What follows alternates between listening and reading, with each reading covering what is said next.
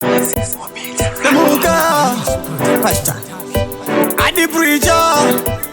Matuna mtuna Mina raubo Baka baba nataka ona Fasira mera matuna kungoti maba mafupa Asidai mayuona Kana sika kuna Muka zoka pipi no shuta Saka zosara siga chinja Pochke da maiti ze matari ndoza Kupimwa nevana vadoko Saka zosara siga chinja Pamai wadoro iwa bakutenga Purongo nenge mbaba ndomba Saka zosara siga chinja Pamai puta Ikwe zino paketo bakurova mchori Saka zosara siga chinja Pochke da maiti ze matari ndoza Kupimwa nevana vadoko Akuchisina shabinta kutakirwa mpesi Simoko ndoza harusi za kutopimba mafesi Bamwe ndo wakuita mashura mufesi nemfesi Anakantona wakapera kwa naruni nana mesi Nana van pesi Inimbindi ya zara keshi Bana kupa mara changza zite kuti chechi Bako seke mtemane kupicha gandara mfesi Sisperire vayanda vakasiya repa pesi Saka zosara zviga chinja Pochke da maiti ze matari ndoza Kupimwa nevana vadoko Saka zosara zviga chinja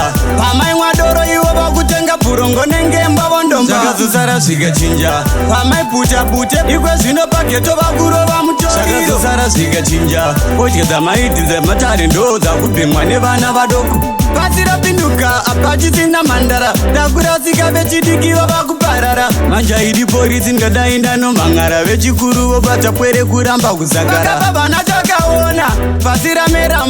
mtuna kungoti mava mafupa Asidai maiona Kana sika kuna Mukadzoka pipi no shuta Saka zosara zviga chinja Pochke da maiti ze matari ndoza Kupimwa nevana vadoko Saka zosara zviga chinja Pamai mwadoro iwo vakutenga Purongo nenge mbavo ndomba Saka zosara zviga chinja Pamai puta Ikwe zvino paketo vakurova mutori Saka zosara zviga chinja Pochke da maiti ze matari ndoza Kupimwa nevana vadoko Akuchisina shabinta kutakirwa mpesi Simoko ndoza harusi za kutopimba mafesi Bamwe ndo wakuita mashura mufesi nemfesi Anakantona vakapera kwa naruni nana mesi Nana van pesi Inimbindi ya zara keshi Bana kupa mara changza zite kuti chechi Bako seke mtemane kupicha gandara mfesi Sisperire vayanda vakasiya repa pesi Saka zosara zviga chinja Pochke da maiti ze matari ndoza Kupimwa nevana vadoko Saka zosara zviga chinja Pamai mwadoro iwo vakutenga Purongo nenge mbavo ndomba Saka zosara zviga chinja